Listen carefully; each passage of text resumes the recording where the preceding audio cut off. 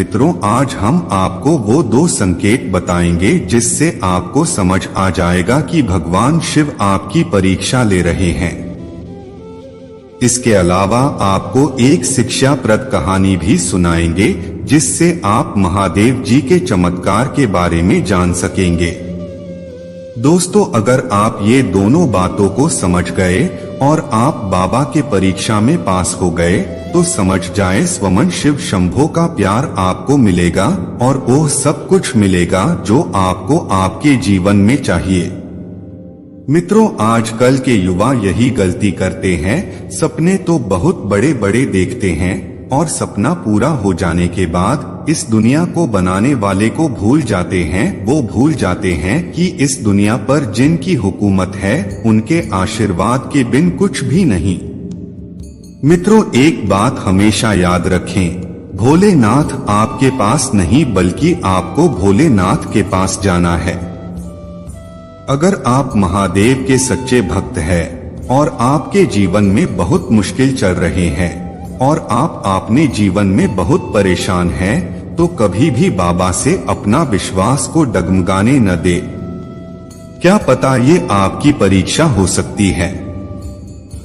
मित्रों, जब भोलेनाथ किसी को दिल से पसंद करते हैं और अपना भक्त बनाने वाले होते हैं, उस समय उसे वो सब कुछ देने वाले होते हैं जो उसे चाहिए या उससे भी अधिक, तो वो परीक्षा जरूर लेते हैं।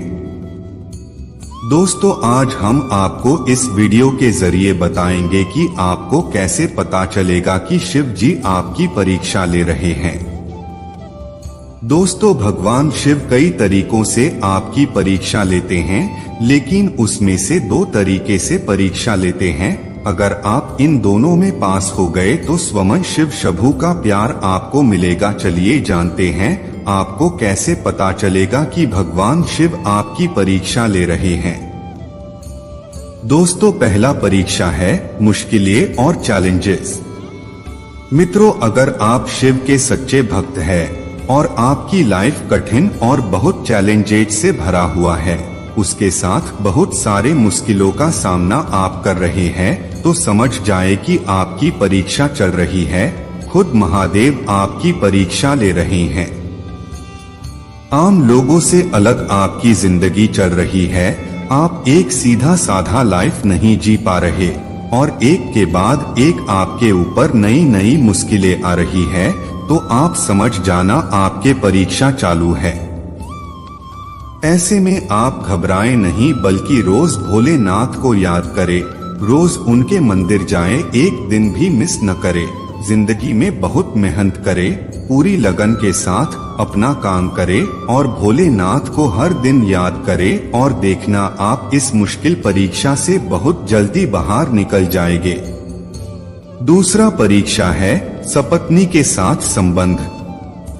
जब किसी की शादी होती है और उसकी पत्नी के साथ संबंध में समस्या उत्पन्न होती है, तो यह एक संकेत हो सकता है कि भगवान शिव व्यक्ति की विशेष चुनौतियों या आत्म जागरूकता का अभ्यास कर रहे हैं।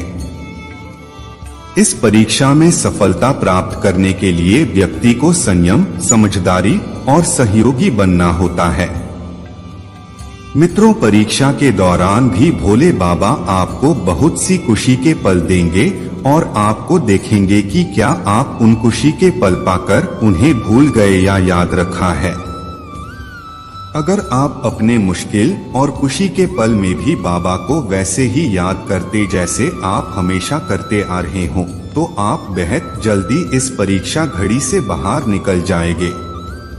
मित्रों, अगर आप भोलेनाथ का प्यार पाना चाहते हैं तो आपको अपने कार्य को पूरी निष्ठा और धैर्य से करना चाहिए और कभी भी उनके प्रति अपने विश्वास को डगमगाना नहीं चाहिए। कभी कभी अचानक संबंधों में आने वाली आर्थिक कठिनाइयां या आने वाली चुनौतियां भगवान शिव की परीक्षा का हिस्सा बन सकती हैं। इस समय व्यक्ति को संयमित रहना, समस्याओं का सामना करना और उन्हें संयम से हल करने की क्षमता विकसित करनी पड़ती है। जब कोई व्यक्ति बीमार पड़ता है या दुर्बल हो जाता है, तो यह भी भगवान शिव की परीक्षा हो सकती है। व्यक्ति को अपनी आत्मा की ऊंचाइयों में स्थिर रहने की क्षमता, संयम और सहनशीलता विकसित करनी पड़ती है। भगवान शिव की परीक्षा का एक अन्य संकेत यह भी हो सकता है जब व्यक्ति को अपने आध्यात्मिक जीवन में अच्छे संकेत मिलते हैं, जैसे कि सपने में देवी देवताओं का दर्शन या अच्छे संकेतों की प्राप्ति। इस समय व्यक्ति को आत्मा की पहचान, श्रद्धा और साधना में समर्पण दिखाना चाहिए। जब व्यक्ति अपनी आत्म जागरूकता और संप्रेषण में विकसित होता है तो यह भी एक संकेत हो सकता है कि भगवान शिव उसकी ऊंचाइयों की परीक्षा ले रहे हैं। व्यक्ति को इस समय संयम, समझदारी और संयमित सोच के साथ अग्रसर होना चाहिए। इन संकेतों में से कोई भी हो, व्यक्ति को उनसे सीखना चाहिए और उनके आत्मविकास में समर्पित रहना चाहिए। भगवान शिव की परीक्षा उसकी ऊंचाइयों की ओर बढ़ाने का एक तरीका हो सकती है, जिससे वह अपने आत्मज्ञान और आत्मसमर्पण में विकसित हो सकता है। मित्रों, आइए एक छोटी सी कहानी सुनते हैं। एक समय की बात है, एक गांव में एक युवक नामक राजकुमार रहता था। वह बहुत ही ईमानदार और समर्पित व्यक्ति था। एक दिन राजकुमार गहरी संध्या में जंगल में घूमने गए। जंगल में वह अपने आत्मा के संग समाहित होकर चल रहे थे। अचानक उसने जंगल के एक पुराने पेड़ के नीचे बैठे एक वृक्षकोप को देखा।